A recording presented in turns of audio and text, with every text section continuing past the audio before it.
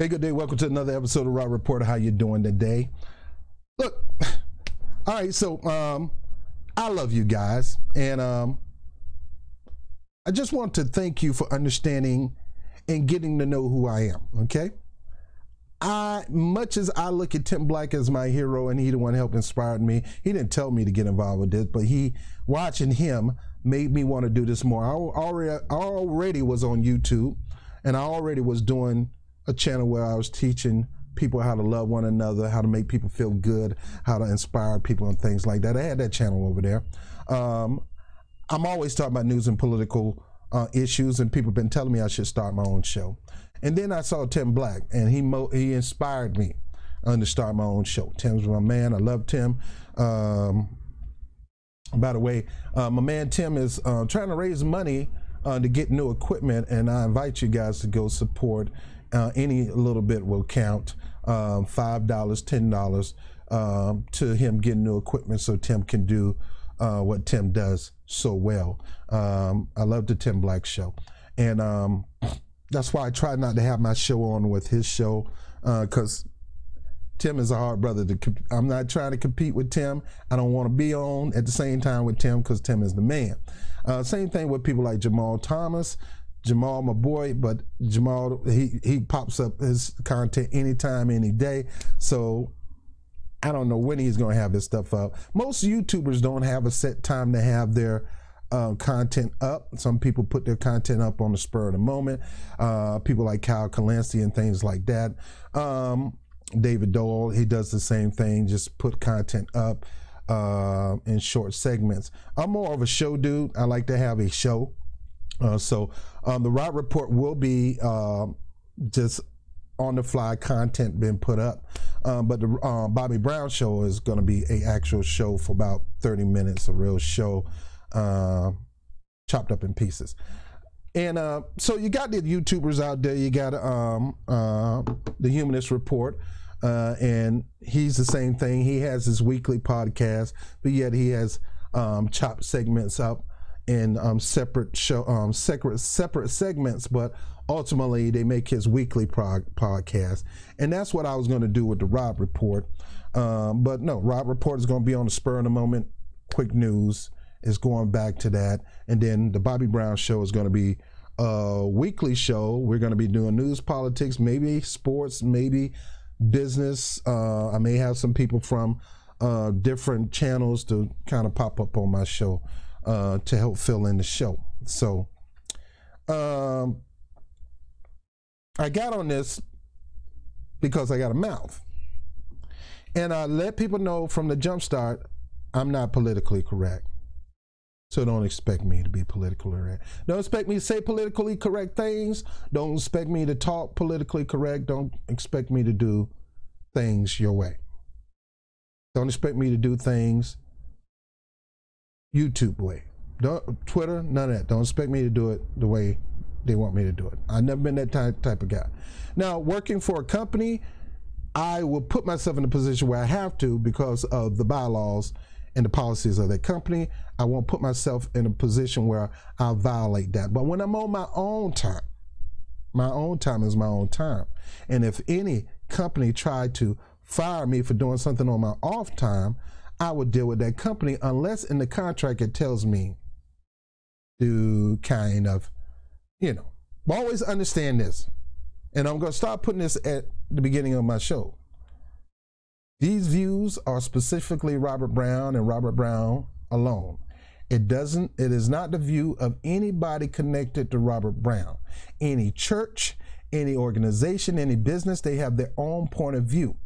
And I primarily support their own point of view, but I have my own personal point of view, okay? My view is not going to be your view. I'm not going to see the things the way you see it. I'm not going to see it eye to eye all the time. Sometimes I will. I'm going to be right on some issues. You're going to be wrong. I'm going to be wrong on some issues. You're going to be right. Do I choose to admit that I'm wrong? That's up to me. Oftentimes I choose to admit when I'm wrong. But when it comes to freedom of speech, that's a different deal. So how I run this show is nobody concerned. Right now, there's not that many people on my Patreon channel to dictate to me anything on how I do anything. There's nobody funding this but my Patreon people, and people give every now and then on the Bob TV PayPal account. Every now and then, $3 here, $3 line. So I'm not making thousands, 10,000, 5,000. So until I get that kind of money, you ain't got no influence over me like that, okay? All right, and even if I did make that kind of money, I will still be me. Your dollars have you got to understand that your dollars toward here will not mold me and shape me into what you want me to be. You can take your dollars, as the rock said, turn that sideways. I don't need it. I got up here because I want to, I'm me. And I'm only going to do me the way me do it. I'm not going to do it the way you do it. So, saying this, I'm getting on the subject right now. That's going to take some of you people off. Oh, yeah, it's going to make you mad. I told you I'm doing a series on Joe Biden and Joe Biden's racist ways.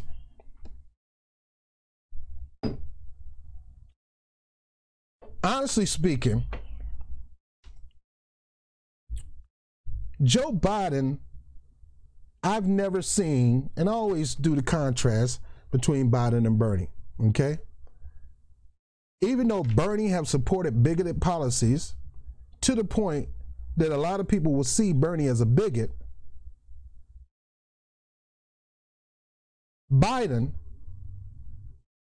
majority of the policies that he supported, majority of the policies that he's pushed, majority of his stands have been pretty much right-wing bigoted. Right-wing bigoted. Joe passed the crime bill. And the crime bill was, he supported the war on drugs. He even said the Republicans were not even tough enough on it. We need to be tougher. Here's a Democrat, a so-called liberal, so-called progressive. Remember, he said he's the most progressive that ever ran for president. Lie. Here, this man is going around enacting drug laws that's more extreme than Republicans. He said George W. Bush don't go, George Herbert Walker Bush is not going far enough with this drug war. And that's why when Bill Clinton became president, that excited a lot of Democrats and Republicans. Because they know Bill Clinton can easily, being from Arkansas, can easily push right-wing agenda. Now we're going to go into this. I'm going to take a look at something. Just give me a moment. There's something we got to talk about concerning Joe Biden.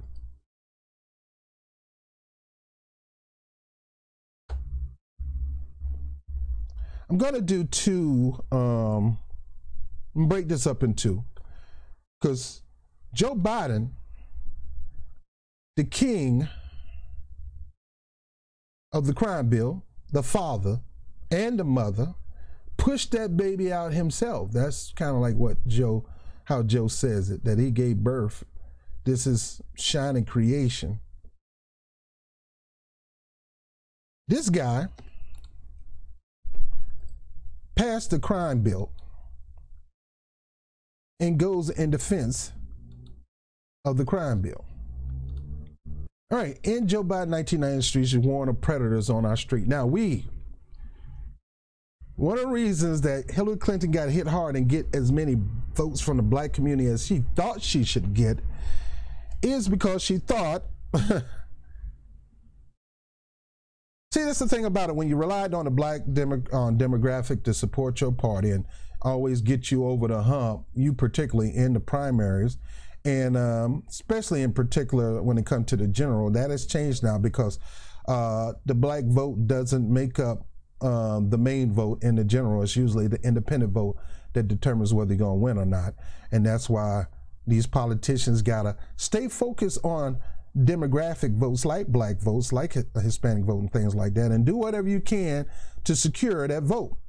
That's why I'm telling you, you better do whatever you can right now to secure the black vote, because the black votes got a strong agenda, especially the ADOS agenda, that no tangibles, no vote. And if you're not going to be supporting reparations in the form of check, forget us coming to the polls. You on your own.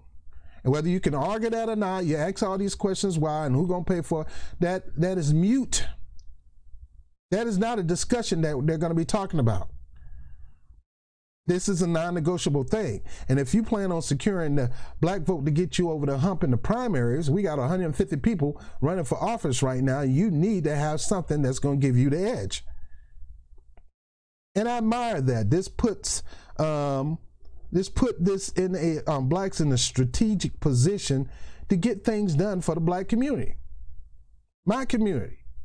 I applaud it. You may not. It may be freaking you out because your favorite cannot win without that vote. And you're assuming, and this is what I hate about people in politics, you're assuming that you can always count on a vote. You can't count on a vote. You got to secure it. You got to offer concessions for that vote. You got to say, what can I do for you to secure your vote? You can't assume that you're going to get a vote. Now, let me get off that subject. Hillary Clinton lost a lot of the black vote. Even though she won the popular vote, she lost a lot of black votes, especially in places that matter, like Ohio, where there's a lot of black people are. Michigan, where there's a lot of places that Trump carried over. Now, I had Bernie, even though with the bigoted policies that he supported, he would have won those areas because independents were on his side, and even some blacks, because blacks was not going to support Trump. And after those statements, a lot of them started leaning toward Bernie, would have leaned toward Bernie when it came to the general election in 2016. It is what it is, whether you like it or not. I know some of you people don't like me saying that, but I'm always going to tell you what I believe is the truth, and that is the truth. Bernie would have won, because Bernie could get independence, and most Democrats can't get independence. And that's why we lose elections year after year after year. Obama knew how to get independence, because Obama came as the hope guy, the change guy, the person who don't know how politics works. I've only been there 3 years. I don't know how, but boy, did he fool us. Anyway, during a campaign event in Nashua, New Hampshire on Tuesday, Democratic presidential frontrunner, I don't know why they say that. Polls doesn't mean you're really the front runner. But let's take him at his word. There was asked about the 1984 crime bill he helped write as senator in Delaware. No, don't put that help write crap up there. He was the author and finisher of that legislation piece. The question posed to Joe Biden concerning the impact that the bill had on mass incarceration rates, particularly among minority communities living in poverty, and what he might do to elevate those effects. Here's Joe Biden. Folks, let's get something straight. Biden replied before defending the 1994 crime bill. This idea that the crime bill generated mass incarceration, it did not generate mass incarceration. Joe, you can say that out your mouth all you want, but the evidence is clear. That bill generated mass incarceration on purpose. And there's certain legislative bullet points in that bill that encourage mass incarceration. And we'll go over that in a moment. But here, once again, we got Joe Biden running his mouth, talking about mass incarceration. So right here, right away, we got Joe Biden don't even want to admit. See, this is the narcissist part of Joe Biden. This is the so-called thinking he's better than everybody. We call that white supremacy. He can't even admit, and there's no such thing as white supremacy, because white people are not supreme over anybody. They're equally the same. They bleed like everybody else. They sit on the toilet and take a dunk. They wipe like everybody else. There's no special, unique way you wipe your butt. There's none of that stuff. You don't pee out golden pee. Probably do pee out golden pee from drinking so much. But you know, your pee doesn't come out with pixie dust or nothing like that, fairy dust. There's no such thing as superiority. You know, that's people who built that mindset within themselves, and it's a false mindset. Now, physically speaking, people can, and intellectually speaking, everybody can be brainiacs. Everybody can be physically dominant. It depends on what you do with your bodies. But there is no superior human race, and evidence has proven this over and over again. But when you're in a superior mindset, you cannot admit that what you did was wrong and what you did harm. Trump can't do it because Trump is a white supremacist. At least he think he's a white supremacist. Because Trump thinks he's a white supremacist. There's no such thing. You only can think. You're not one. And they're narcissists.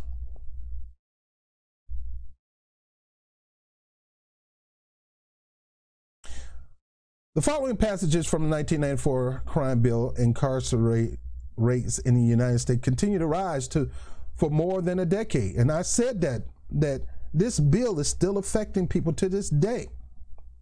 Experts, however, say it's hard to determine how much of this increase came as a result of the 1994 bill, since incarceration rate has been steadily rising since the early 70s. Experts, however, say it's hard to determine. Is it your experts, CNN, or the experts? From 1973 to 2009, the incarceration rate in the United States more than quadrupled from 160 people to 760 people per 100,000 nationwide, according to a study by the National Research Council. It's hard to pin that trend on one particular piece of legislation. No one bill creates mass incarceration, Wanda Bertram, communication strategist at the Prison Policy Initiative, said Tuesday, noting that the 1994 crime bill was part of the overall tough on crime movement that contributed to 4-decade rise of U.S. prison population. Now, you got to understand this. These are people that they went to reach out to get an opinion. Always remember, these are opinion pieces, and you don't know who this person is. Wanda Bertram. All right, so let's see if I can find out who this Wanda Bertram is. All right, so Wanda Bertram is in charge of the Prison Policy Initiative. This is Wanda Bertram. Now, I hate to say this. Who can I trust to tell me the truth about locking up black prisoners? I can trust her, but I cannot trust her. Please welcome our new communication strategist, Wanda Bertram. I guess this was in October 2017. Wanda is a graduate of the University of Washington, where she focused on national security, sparked her interest in prison policy and immigrant detention. She has reported on a local crime justice reform as a Seattle-based freelance writer while producing, managing, and strengthening the communication of a nonprofit organization. Now, Wanda come from mainstream media. All right, the person who is running this prison policy initiative on the crime bill is a person who comes from the media. Now, we could go through this. How many people are locked up in the United States? Local jail, 612. Federal prison, 221. State prison, 1,306. Then they got, we can go over this in detail, but my show won't allow me to do this. I've been over this one time.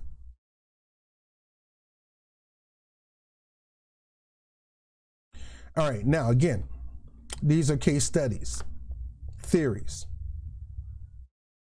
Fact of the matter is, the prisons jumped big time when that crime bill was enacted. So this is supposed to be fact-checking.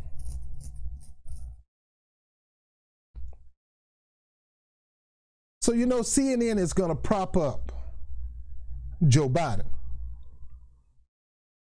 One of the largest crime bill ever passed, 1994 Violent Crime Control and Law Enforcement Act, strengthened law enforcement across the country, providing federal money for new cops, federal money for prisons, as well as tighten up federal sentences guidelines. It included the federal 3-strike provision, mandating life imprisonment for certain felons convicted of violent crimes, and expanded the death penalty to include 60 additional crimes. Now I want to read that again. The 3-strike provision mandated life imprisonment for certain felons convicted of violent crime and expanded the death penalty to include 60 additional crimes. So the death penalty wasn't just a one crime, it's for 60 additional crimes. The bill also included a ban on 18 different types of semi-automatic assault weapons for the next decade. That's a good part. But it shouldn't allow police departments to have those semi-automatic weapons. They need to ban that on them too, because oftentimes the police department can end up becoming almost like a Gustavo in certain communities. Now, at the Nashua event on Tuesday, Biden argued the federal prisoners make up a small share of the total prison population in the United States, which is true. Federal prisoners account for roughly 10% of the total number of people incarcerated in the United States. Joe, most people are not in jail. We know that most people are not in federal prison. Federal prison is usually the upper elite type people who do federal crimes, break federal law. But the people in the hood, they're going to end up going to either your local jail, regional jail, and state penitentiary. And most of those laws, because the incentives that he put in there, ramped up that system over there. The point Biden appeared to be making was that the 1994 bill could not have created a greatly attributed to the mass incarceration, since it only applied to violating of federal law, not state crimes. But that misses the broader impact that the federal policy can have on the way states incarcerate, including the influence of federal money. As a report from the Brennan Center notes, the 1994 crime bill provided funding for 100,000 new police officers. What did that funding go to? A lot of it went to weapons. A lot of it went to beef up police force, turn them from your local, regional, or state police to almost like looking like an army.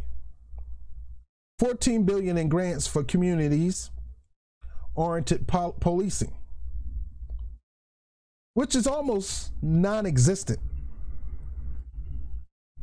Because one of the things I talked about when I show pictures of people getting dominated by cops going back, power-hungry police officers, is we don't have enough community police officers, people who are of that community, represent that community, policing that community. That is true community policing.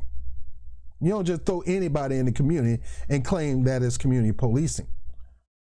$14 billion in grants. So, no, not that many people are in U.S. prisons, federal prisons, because most of the people in the hoods don't commit federal crime. Most of the crime are either done on a local or state level. And Joe knew this. That's why they decided to beef up local and state police and put a lot of money in local and state, supposed to be community policing, which is not, but also putting money in regional jails and state penitentiary. And then came the birth of private prisons. Well, let's go back.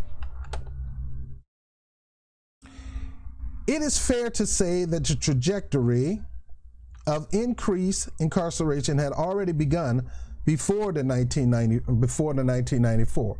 We don't doubt that people was going to jail.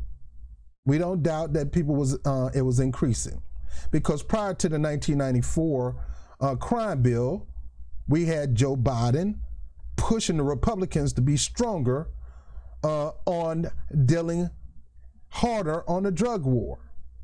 The drug war helped push this. See, this was all by design. The drug war helped get people in a position where they can commit crimes either to get drugs or to make money off drugs. And oftentimes it was strategically done in the urban areas, inner city areas.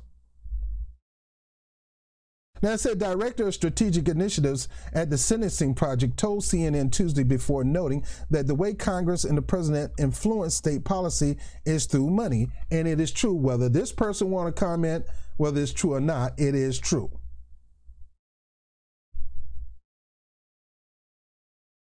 Now, as I'm looking up here, I'm here seeing 45 up here. Before Trump ever became president, they didn't have anything about 44. This proves to me that CNN is so hacky and following the Democratic position of dumping on Trump that it is sickening to me.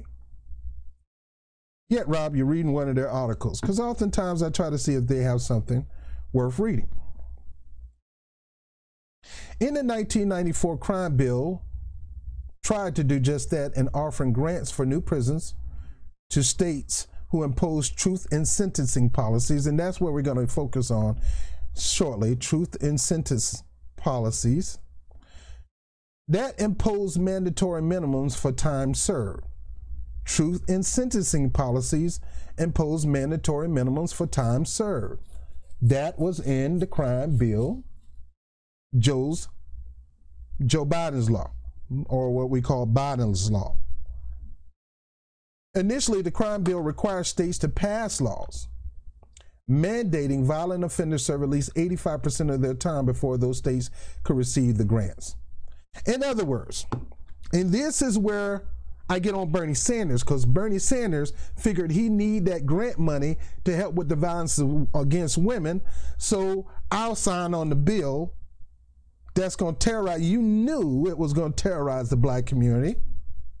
Yet you signed on the bill because you even said it in one of the videos, you need the money to go to the Violence Against Women Act. When if you really need the money, you could have did like suck up Democrats do or Republicans do, go to the donors and get money to raise their money. Or that was something that was up to the governor to do in Vermont, or the mayor to do. That is not solely your responsibility. It's not that, and that's their fight. But a lot of time politicians, they work there because they need funding to go back to their community, and they want to make sure that's their job and don't put that on other leaders. I would have never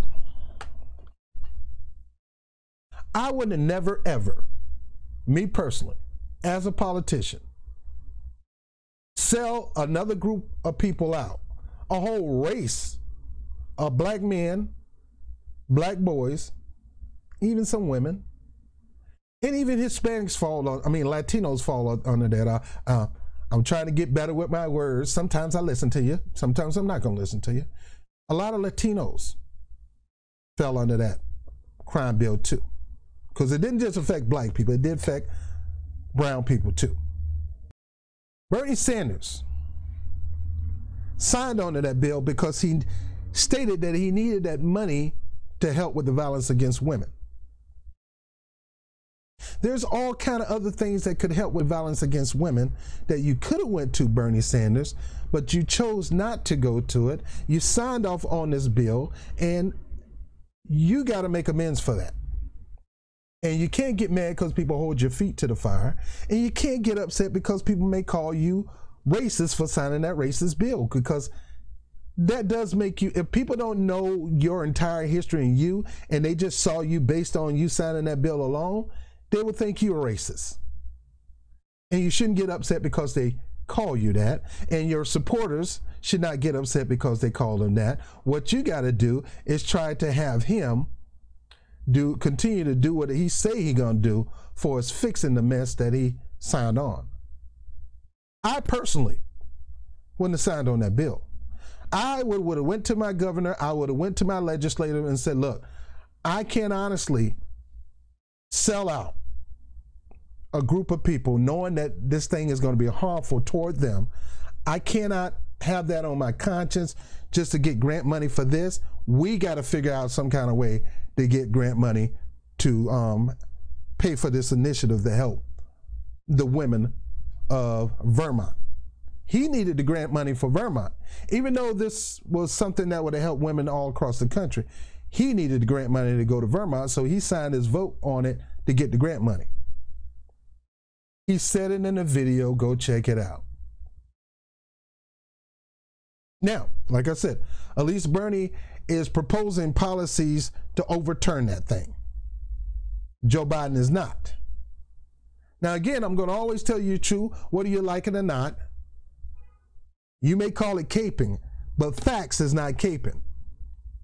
Facts is facts. In a platform, Bernie Sanders has a plan to overturn that dumb mess that he signed off for it. He did, and he's not going to escape from that, and I'll hold his feet to the fire. Now, will he do it? We don't know. We see a lot of things in people's platform that once they become president, it don't happen.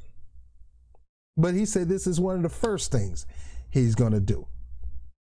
So if you're going to lean on what he says, which I don't lean on what people say, I lean on what people do.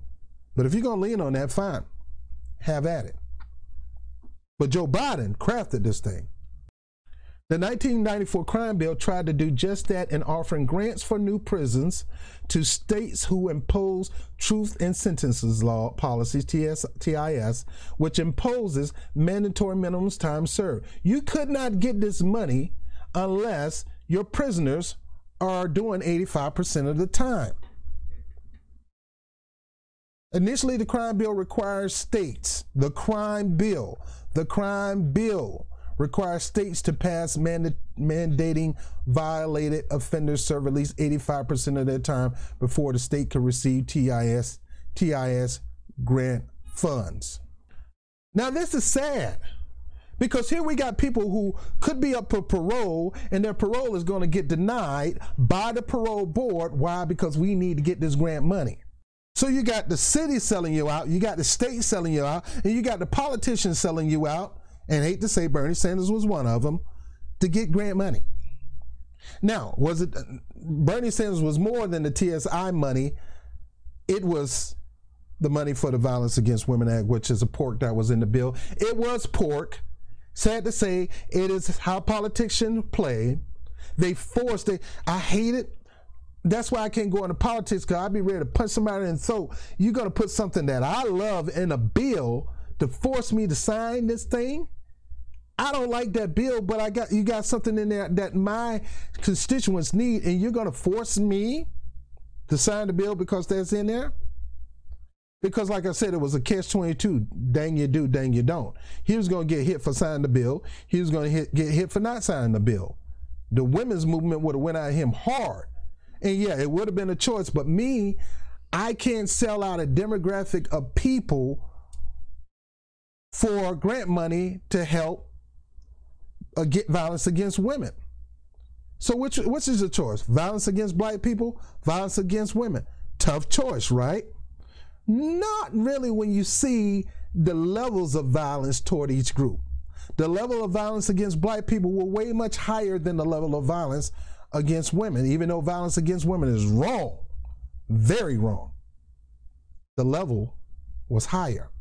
So I can constantly support that bill. I would deny the bill, get myself on record saying, I'm not doing that. I can't participate on that, because you got to understand, people, you got to understand how this tore up. People always talk about black kids having no father, black kids' parents not around to watch them. That is why, because they were ripped away from us. It was modern day slavery, this crime bill. It was what they call the new Jim Crow, where they will lock you up and have you to do forced labor for pretty much nothing. 3 meals, place to sleep, but you're going to earn every bit of those 3 meals. The father being torn away from the child because they may have been falsely accused, or maybe because they took some drugs and got hooked on the drugs and did whatever they could to get the drugs. See, there's a difference between the upper elite echelon hooked on drugs and hood hooked on drugs. Hollywood hooked on drugs and hood hooked on drugs is totally two different things. See, Hollywood, you got the money, you can get the fix. You can even say, look, just give it to me now and I'll get you later. That wasn't happening in the hood. You didn't have no money for the fix. So what do? You do whatever that drug is telling you to do to get that fix. Oftentimes robbing people, stealing, knocking people upside the head, things that you normally would not do. But the drugs have gotten control of you and forcing you to do that. And then now you got to go to jail, not just for being a drug addict, drug possession, but committing the crime to get the drugs. You're hooked. It's a disease now. You can't get off of it if you tried. You hate going out there selling your body to get drugs. You didn't even sell body to get food for your kids. You would never do that, but one hit of that drug, or somebody putting something in the drug, or somebody caught you, threw you in a police car and shot you with heroin and got you hooked on heroin, or something like that. Because all this evil stuff was going around back then.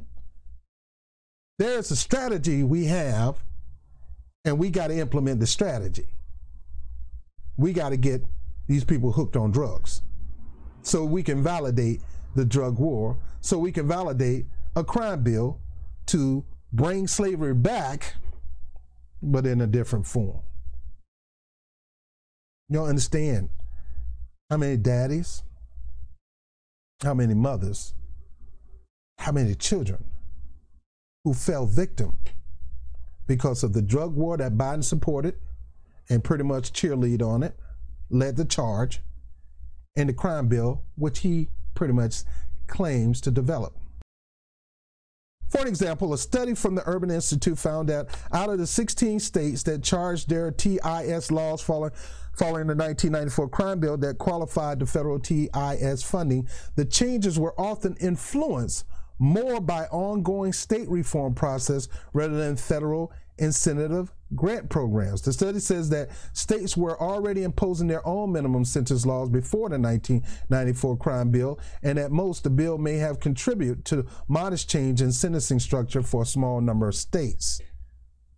Now, again, for an example, a study from the Urban Institute found that out of the 16, these are studies, doesn't mean they're fact. The study says that the states were already imposing their own minimum sentence laws before the 1994 crime bill. How do you know that? Show me this on a map, structure, anything where the states were already imposing their own minimum sentences laws before the 1994 crime bill. Well, let's say this. Let's say if the state did impose their own sentencing law, that made it easier for them to get money from the federal government because of the crime bill. So if they were already doing it, then hey, it's easy for me to continue to do it and validate doing this because now I can get federal funding for doing this. Sentencing laws and how they contribute to mass incarceration. What factors decide how long somebody spends in prison? The answer is, it's complicated. If you care about criminal justice reform, the technical nature of sentences makes it hard to understand the laws that determine the length of someone's prison term, and even harder to understand how those laws might be creating unjust outcomes. Here we explain a few of the most common terms you like to hear in any debate around sentencing. We have also given clear-cut examples on how, based on our research, those laws contribute to mass incarceration. There's a lot more to know about sentencing laws and policies, but this will give you a good start so you can join the conversation. Mandatory minimums. A lot of the debate on criminal justice reform focuses on mandatory minimums. What are they and why do people, including us, think they're unfair? Simply put, anyone convicted of a crime under a mandatory minimum gets at least that sentence. So if it's charged that you're gonna 1 year in jail for lying under oath, you're not gonna get off of that. You're gonna get that 1 year. So whatever the penalty for that, you're gonna get that penalty at minimum, not at mandatory, at minimum. The goal of these laws when they were developed was to promote uniformity. It doesn't matter how strict or lenient your judge is, as the law, and the law alone determines the sentence you receive. So you might have a judge that understand why you did that. Let me go back and read this. The goal of these laws was to promote uniformity. It doesn't matter how strict or lenient the judge is, as the law and the law alone determines the sentence you receive. So oftentimes, you're going to get the mandatory minimum. It doesn't matter whether the judge is a harsh judge or a nice judge. That nice judge, even though he understands your situation, these truth and sentences laws, they put him in a position where he have to at least give you the minimum, the mandatory minimum. Meaning it's mandatory. You're going to do 3 years if you do this. So let me go back to this. Regrettably, the adoption of mandatory minimum has not led to a fair system. In fact, it had the opposed opposite effect. By tying judges' hand, mandatory minimums effectively took power away from the judges and gave it to the prosecutors. So let me go back and read this from the beginning. A lot of debate of criminal justice reform focuses on mandatory minimums. What are they and why do people, including us, think they're unfair? Simply put, anyone convicted of a crime under a mandatory minimum gets at least that sentence, at least the sentence on the book, no matter who your judge is. The goal of these laws, when they were developed, was to promote uniformity. In other words, to show that everybody is together, the prosecutor, the judge, everybody. It does not matter how strict or lenient your judge is, as the law and the laws alone determine the sentence you receive. So the laws determine the sentences no matter what kind of defense you got it. Regrettably, the adoption of mandatory minimum has not led to a fair system. In fact, it had the opposite effect. By tying judges' hand, mandatory minimums effectively took power away from the judges and gave it to the prosecutors. Kamala Harris was the queen of pushing this thing in effect. She was a prosecutor. She made her life as a prosecutor, DA, and chief prosecutor of the state of California, the Attorney General. The prosecutors who could threaten to charge defendants with crimes that would trigger a mandatory minimum, facing a harsh sentence from which there is no other escape. A defendant can often feel coerced into admitting their guilt, even sometimes falsely confessing. So applied pressure on people to get the minimum, no matter how harsh that minimum is.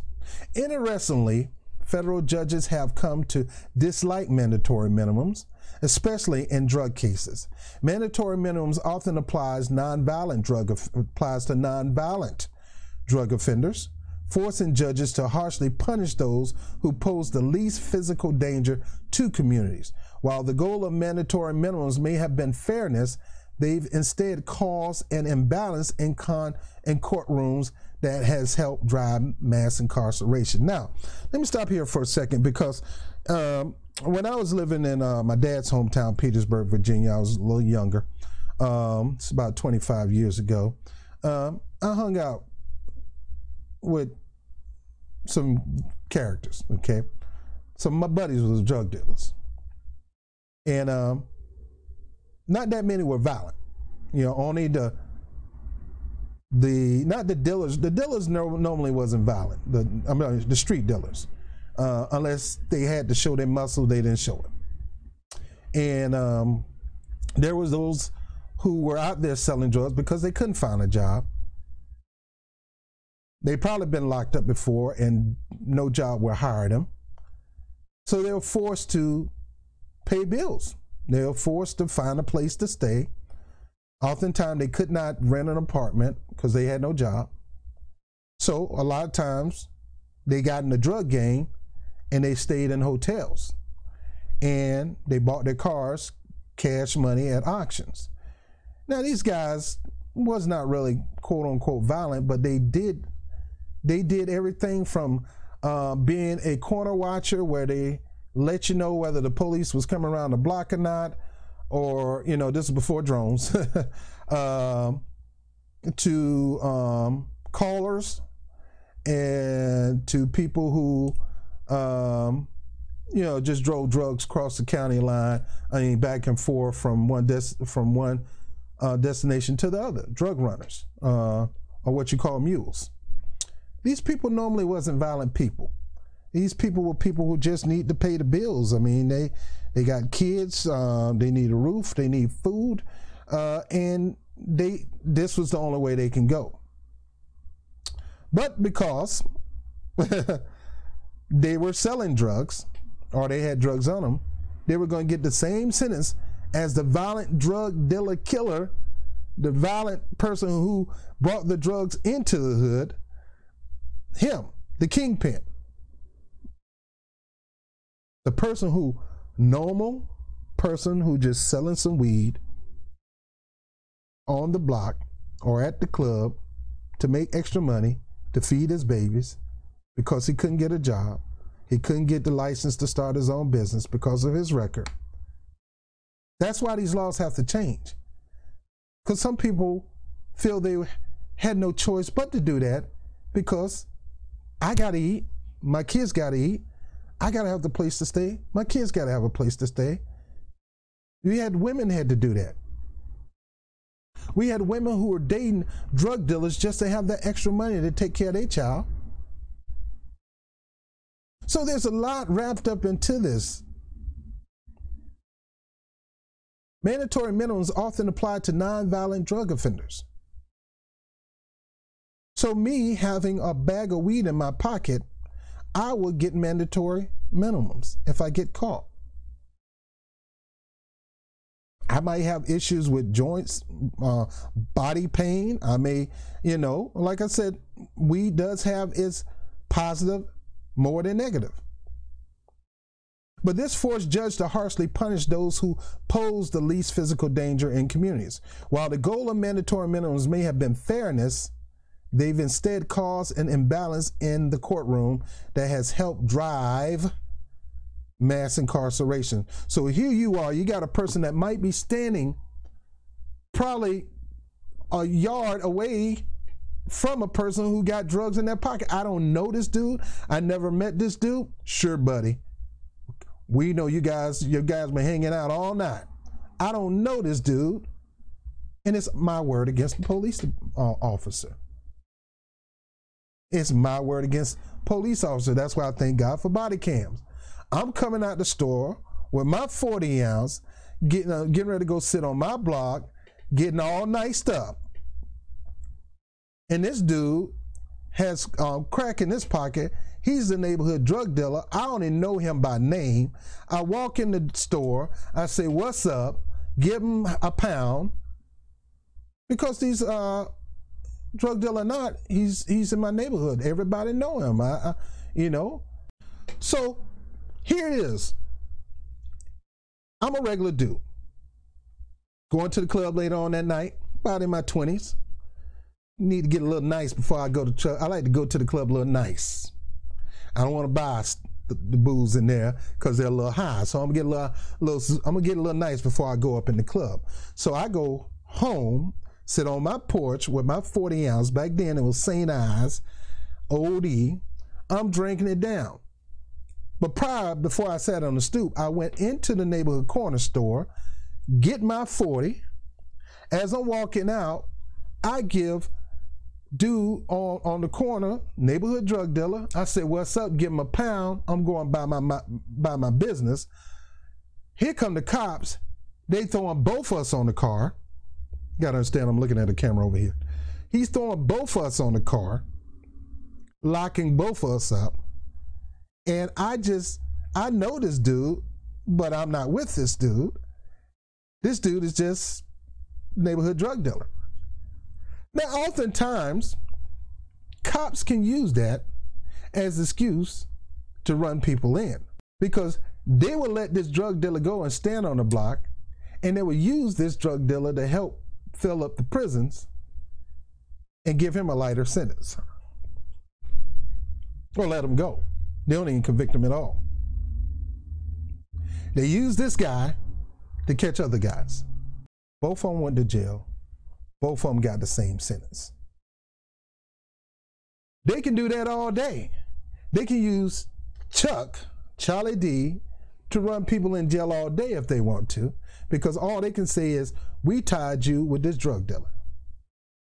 So here you are, you got a nonviolent drug offender, somebody who probably have a little weed in their pocket, somebody who probably just bought some blow off a drug dealer.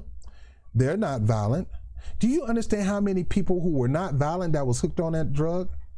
I mean, some drugs cause you to do extreme things, but some people were able to control those drugs. I knew one young lady, you know, she was on cocaine and pretty, not violent at all. The way she got her drugs, being a little too friendly. She would sell herself to get the drugs. That is a nonviolent drug offender. Man, she was beautiful. For you all, for all you people who like to call people sexist for calling people beautiful, she was beautiful.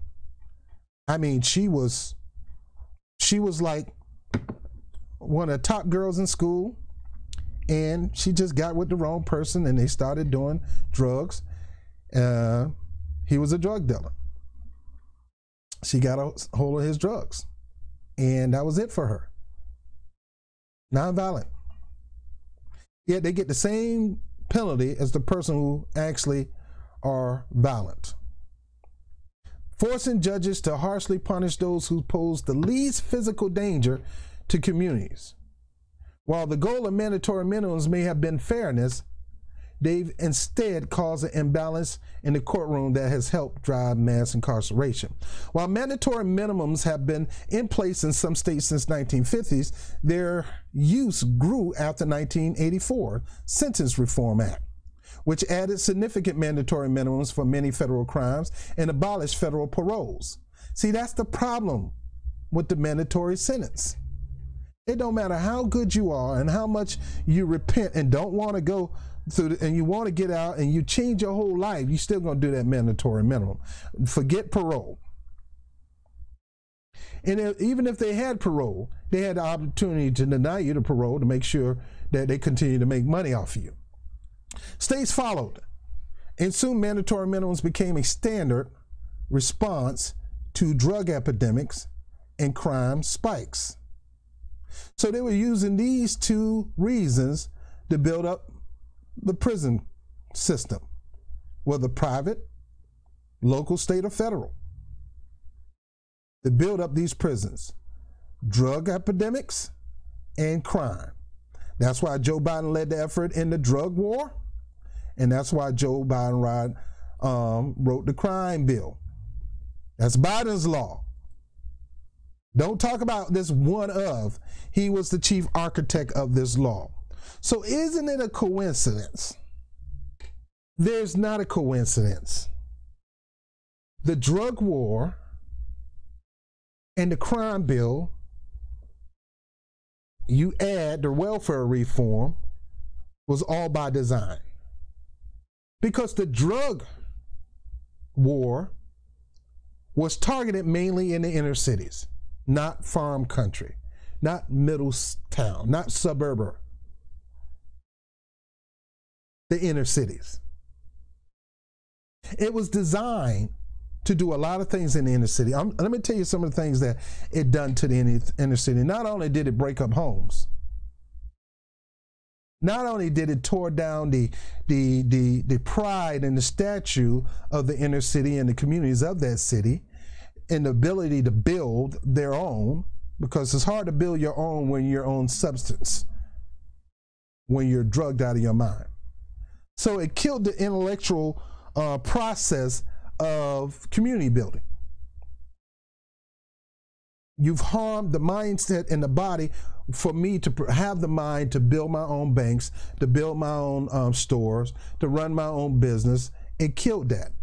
The beautiful neighborhoods that we had, it helped me, you help infuse the tearing down of those neighborhoods.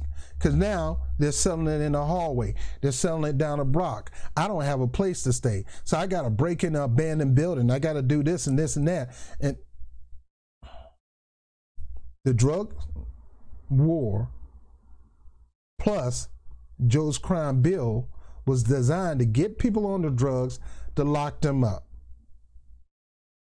And you couple in the welfare reform, now I'm forced to work, and if I can't get no job, guess where I'm going back to? The drug game that will lead me to the prison system. These are not just a coincidence. These were by design. But I can't tell you, and let me stop here for a second, because I heard some girl on the subway saying it was the man, an actual man doing all this, one of those extreme feminists, want to blame it all on a man. No, it's the system. And it's the people that run the system. It's man and woman that run this particular system that has the tendency to try to keep one aspect of society from rising to an equal level, or the fear of going above. There is a segment in society that think they're white supremacists, and they're not. Oftentimes they're working in our federal government. They make laws, and those laws are designed to oppress and suppress other communities from rising up to equal rights or not. That's why when you mention reparations, they get nervous, because now if you're telling me that I'm demanding you put funding into my community to bring us to equal status, a true equal status financially, if we had the same gap, if that gap get filled between black and white financially, that bothers people. And if that bothers you, then that means you have a seed of white supremacy in you. That it bothers you that blacks coming up to the same level of white in finances. Some of us have it, a lot of us don't. The wealth gap is huge. And when people call for reparations and a check in particular, to bring that up where we determine what we do with the money, not the government, where we determine that we're going to start building homes and buying property and starting our own schools and things like that, to tell true American history. When we take the money and build our own community, see, that's one thing people in that level of society don't want, is people having their own. It's okay for them to have their own, but when blacks start building their own, they don't mind Japanese building their own. They don't mind Greeks or even Arabs build their own. But as soon as blacks start building their own, it's a problem. Now, let me go back to this. While mandatory minimums have been in place in some states since the 1950s, their use grew after the 1984 Sentence Reform Act, which added significant mandatory minimums for many federal crimes and abolished federal parole. States followed, and as soon as mandatory minimums became the standard response to drug epidemic and crime spikes, what started as well as intentioned attempt to impose uniformity became too restrictive, creating new disparities and injustices in the process. So like I said, there was a combination between the two that was designed by our federal government to attack a certain demographic of people, mainly black people. And that was the drug war and the crime bill. It effectively, on target, pushed mass incarceration by government. Three-strike laws. All right, three-strike laws are another way three-strike laws are another way legislators have removed sentences in discretion that judges used to have. Three-strike laws are another way legislators remove sentence discretion away from the judges. Under these laws, which started in California, a person is considered to be beyond rehabilitation after committing 3 crimes. Now, if you go back to Joe Biden bill, he said, yeah, sure, we should offer rehabilitation, but if they're beyond rehabilitation, who are you to tell me I'm beyond rehabilitation? No man knows the heart and the mind of another man.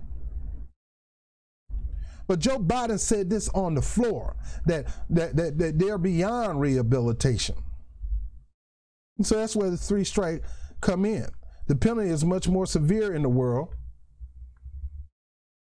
It said 3-strike laws are another way legislators have removed sentencing discretion that judges used to have. Under these laws, which start in California, a person is considered to be beyond rehabilitation after committing 3 crimes. So you're going to tell me if I go back to committing a crime 3rd time, there's still no hope for me ever in life, ever in existence, as long as I live? There's no hope. Who are you, God? As a result, once they've reached the 3rd strike, the penalty is much more severe than it would usually be. Sometimes a life sentence can result from a combination of relatively minor offenses. Now, in some cases, you done this 1, 2, 3 times, dude. No, you don't need to get out. They don't let you out 3 times and you still raping, 3 times you still killing, 3 times you still cracking old people upside the head, taking their pocketbook. No, you need to be in jail. Now, for life, that's a different thing. But maybe going from 5 to 10 to 20 to 30, you know, adding 10, but to make you a lifer? 3rd strike, the penalty is much more severe than it would usually be. Sometimes a life sentence can result from a combination of relatively minor offenses just because the 3rd strike requires the judge to impose very long prison sentence. So if I sell drugs and I get caught 3 times, I'm going to jail for life.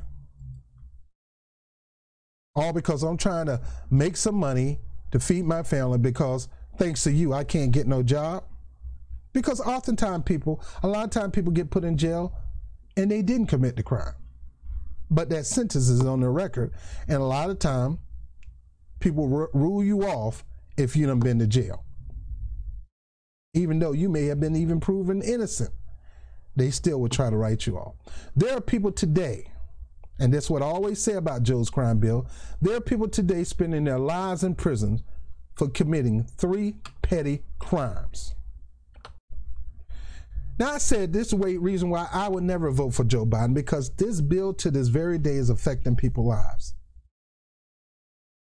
To vote for and make a dumb mistake to vote for a bill is to make a mistake to create a bill out of your mind, out of your heart, and you go on a legislative floor during George W. Bush presidency, talking about we need to be tougher than what George W. Bush, Judge Herbert Walker Bush is weak on drugs, on the drug war. We need to be stronger. You as a Democrat say that, and then yet here it is, you're pushing the crime bill from your bare hands. For me to see that you are the combination piece, the author of the combination pieces of drug war and prison, the crime bill, you're definitely not going to get my vote. And then to know that you, to this day, say you're proud of your record and that's your crowning achievement, mean you're intentionally doing that and you don't care and you're not going to take it back. This is what you want. Why would I put him in the Oval Office over Trump? And don't get me wrong, Trump is bad, but Trump did not craft.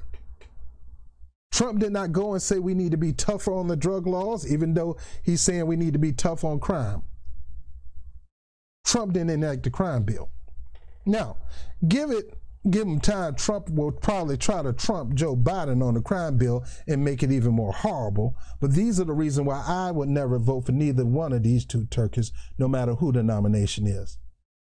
And Bernie took a lot of sell out of my vote when he signed it.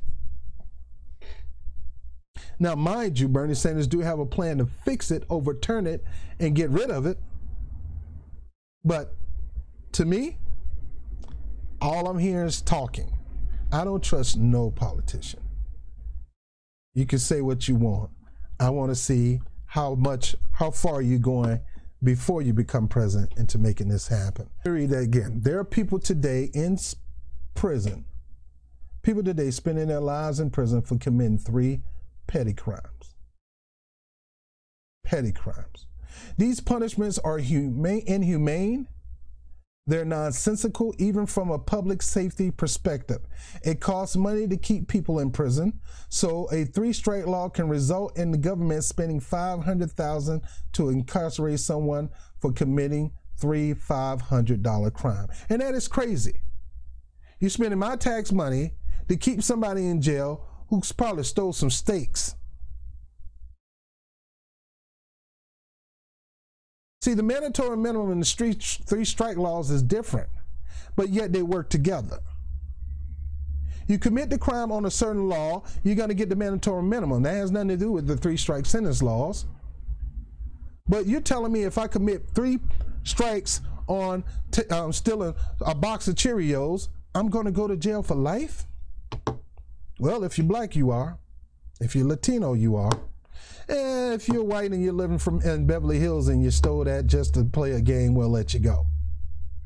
Just to prove to your buddies that you can do it. We'll let you go. I mean, you're just playing a game. Well, it ain't no game. My children need food to eat, and I ain't got nothing in the house, and I ain't got no job. I can't collect unemployment, and if I sell drugs, I know I'm going to go to jail. So I might as well just see if I can get a couple steaks and feed my family.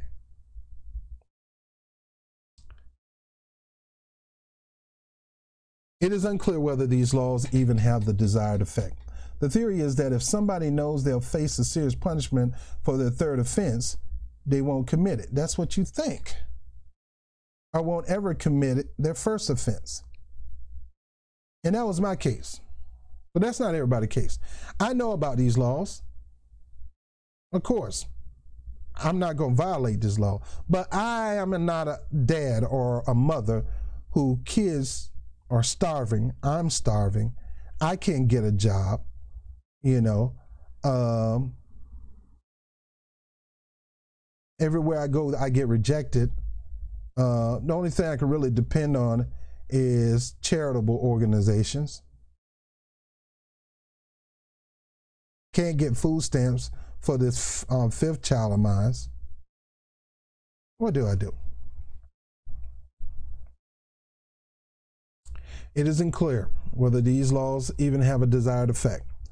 The theory is that if somebody knows they'll face a serious punishment of the 3rd offense, they won't commit it, or won't even commit their 1st offense. But it's been shown that it's not how people think. It's definitely not how people think about crimes. It's technically termed that means it's unclear whether 3-strike laws have the desired deterrent effect. I've seen women who've been on drugs.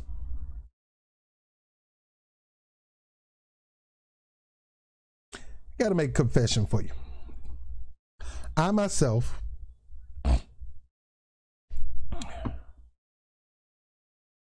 I used to be in the game, okay? Not proud of it. Certain things got me out of the game.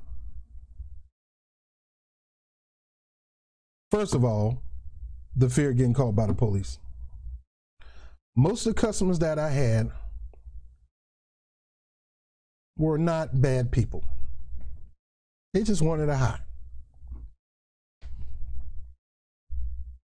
So they would spend their money to get the high. It's way back in the days, and I regret it. And but yeah, I had people who were willing to give up their kids' Christmas toys. I mean, one day me and one of my boys was hanging on the stoop. Lady came with a wagon full of toys. She wanted to hit so bad.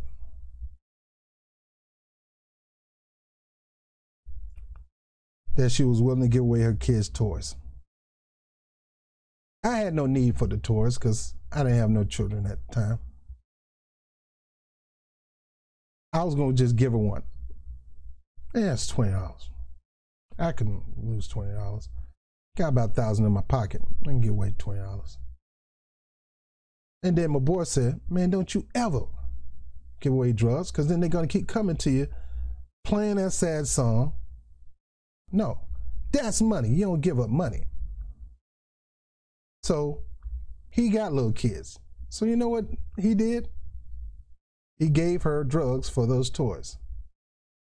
That mother, not a bad woman, just a woman who did something dumb like tried a drug, experiment, like most people call in college, experiment with a drug, got hooked on it, and man, she gave up her kids' toys on Christmas Eve to snort some cocaine. He proudly takes it. To me, that was a low point. Not only am I killing my own people, Not only am I being used by the federal government to help push this drug war and this drug game and help put people in prison like myself or my boy, I'm not going to call out their names. Not only am I've been drawn into the system that the government want most black men in. That's the drug game. They want me to talk about it, preach about it. I was rapping. They wanted me to say it in the song to glorify it, to get more people in the drug game. But that one incident is one of the incidents that caused me to not want to do this no more. Second one was when you sell drugs, a lot of women want that drug so bad they'll do anything. So I've seen some beautiful women that was willing to do anything for those drugs. And of course, you'll let them do anything. I had them from some of the finest women in the world want to give up their body till I had one lady that was willing to go steal clothes for me. Anytime I needed a new outfit, she would go to the mall and just come back with 2-3 suits. The drugs made her do that.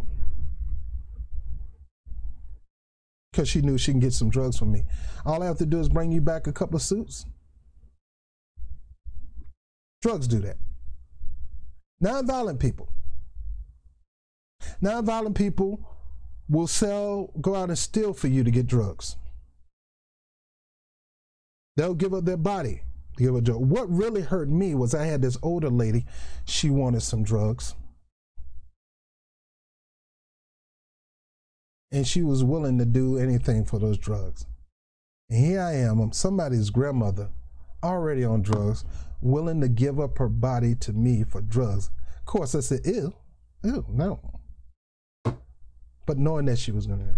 And the one that made me get out the game once and for all is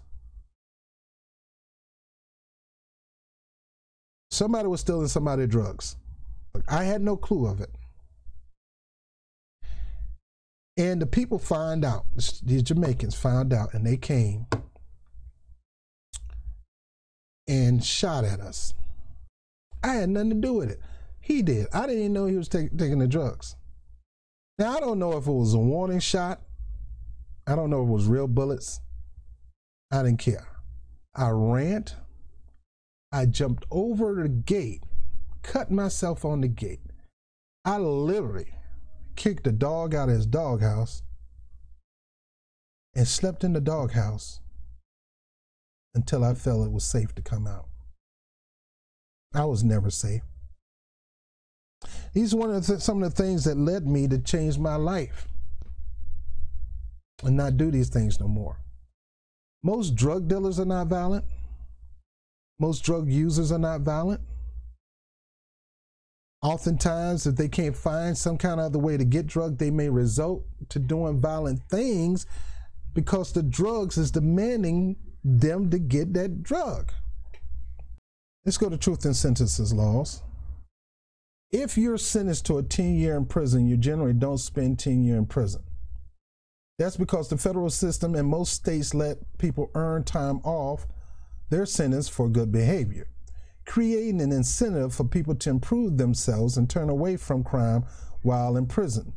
People also become eligible for parole, a type of early release after which a former inmate continues to be supervised by government officials, usually your parole officer.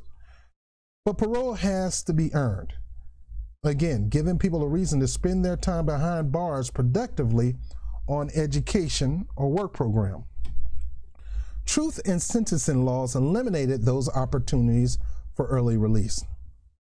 So here I am, I'm trying my best to become a better person, going to college,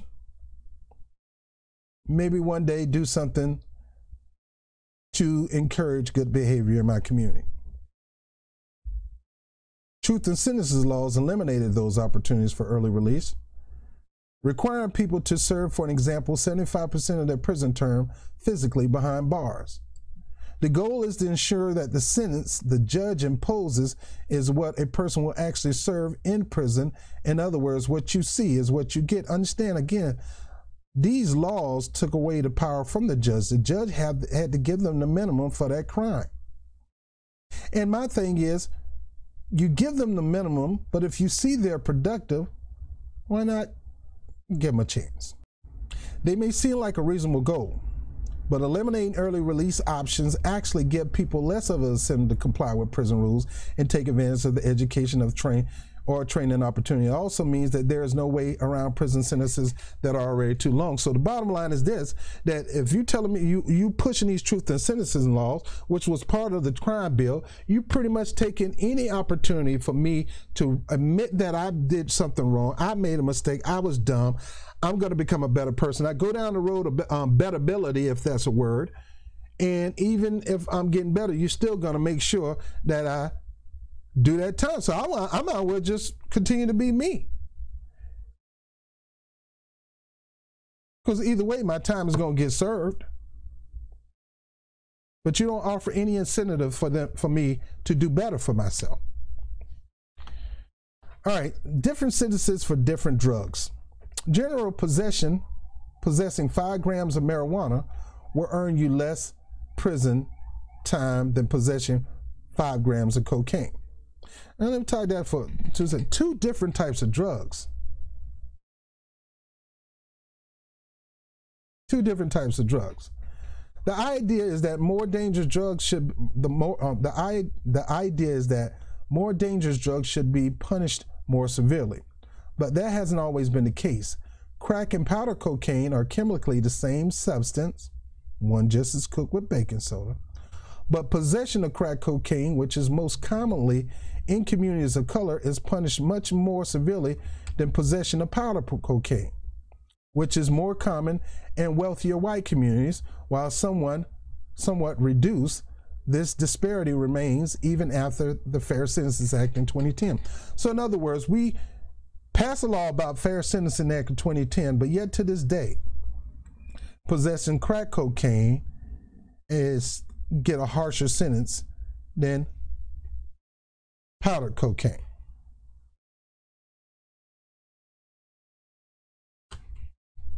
Now, understand this now. These laws, they know that crack cocaine is easier made, easier to sell, quicker to sell than powder cocaine. So powder cocaine is not going to be sold in the hood. It costs too much. It's a wealthy man's drug. You're going to spend a lot of money for one little bag. You're probably going to give up $100. With crack cocaine, nice piece of crack cocaine you can get for 20 bucks. You can sell those real quick. It's a quick high and it make people come back over and over again. Powder cocaine, oftentimes people fell asleep snorting that stuff and waking up to God knows what. Crack cocaine, it ain't that easy. You get that hit, it get in your system, you get a quick high, you're coming back to get some more. And by the time you have a whole paycheck, will be gone in less than 3 hours. I've seen guys sit in the basement of a crack house or go in the crack house, sit in there and provide them the pipes, provide them the crack, and they just sit there and smoke crack back to back. You can see a person can come from a $500 check to nothing by the time they get out of there.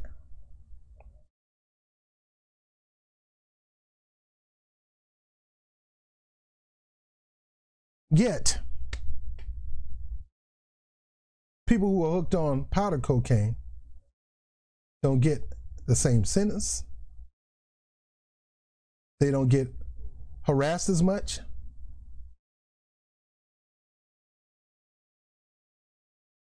And this is where I'm going to go into in my next piece, how Joe Biden, the P.T. Barnum Bailey of the drug war, the creator, the author and founder of the crime bill, how his own children was messing with cocaine. Yet they didn't get what most of my people get for doing the same thing. My next piece, I'm going to be talking about how Joe Biden's own children were selling and using cocaine. Yeah, I'm going there. It's documented evidence.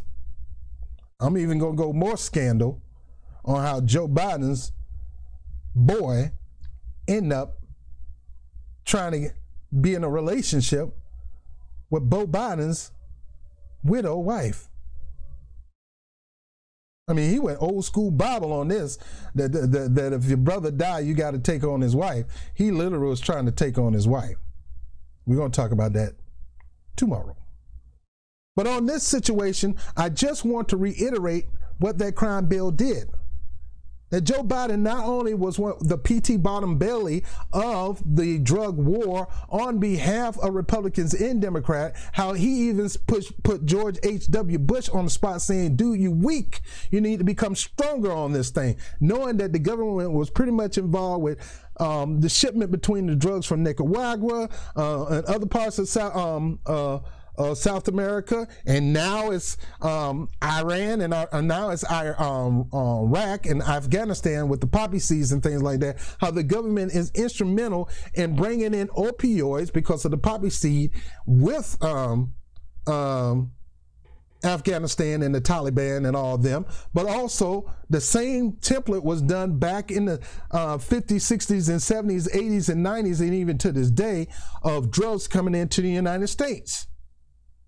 How we wage war, with our whole waging war on drugs between the drug cartels all the way to the drug dealers on the street to the drug users. That war was strategized by our own government, and Joe Biden was in the lead of that on both sides. He led the charge in being tougher when it comes to the drug war, and he led the charge in developing Biden's law, the crime bill. That bill affected even innocent people who had nothing to do with drugs. Okay, like for an example, like we said, you can go out there and steal 2 steaks. If you got caught stealing steaks 3 times, you going to jail for life for stealing steaks. And even though the sentences said this is supposed to go to mainly harsh, violent drug offenders or violent criminals, it didn't go to violent criminals. The strike 3 laws basically say 1, 2, 3, and you're out. So if you get caught 3 times on the same small misdemeanor, minor crime, you still could go to jail for life. Who did it affect the most? The people who the drug war affected the most, the people who the crime bill affected the most, the people who the welfare reform bill affected the most, and that's the Black community. At a time when the 60s, we built our own, those things were taken away from us. Laws were put in place to take away our power to build. Yet we still try to build. And anytime we build something, certain demographic got jealous of what we built and did whatever they can to tear it down. Back then it was fire. Back then it was accusation to come in and pillage the town that Black people built. Now it's lawful ways called gentrification. Now, I was in Harlem the other day, and I remember Harlem was the talk of the town of the Black community. Now you go to major areas, especially on 125th Street. I'm for cleaning up that area, but not that way. They basically are buying out all the areas, and it's going to happen in the Latino communities of Harlem too. It's already happened, and to me, I fault my people who are not going to the community boards and who not going to the community meetings and the town halls when somebody talk about building businesses in their area, and for selling out your property so easy, because knowing that they're going to tear that building down and put up a high rise, and they're not going to resell it to people in your community. They're not going to be fair housing in that area. It's going to be mainly upper echelon housing that most Black people cannot afford. Most white people cannot afford. It's going to be strictly a certain amount of people that got money that's going to be in the area, and they're going to clean that area. And where are these people going to go?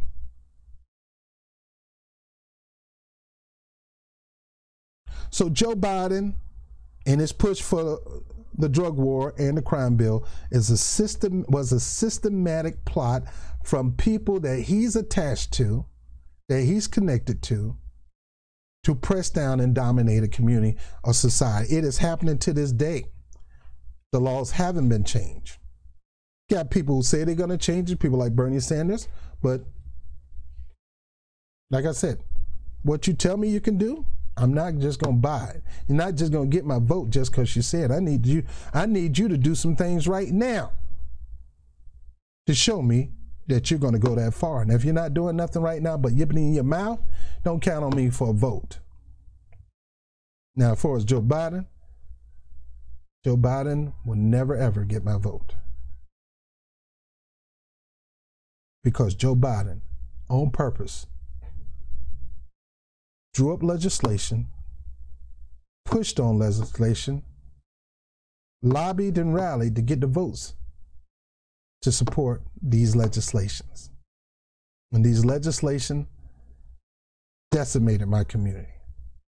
Therefore, when it comes to my vote, I hope my vote help decimate Joe Biden's quest to become president.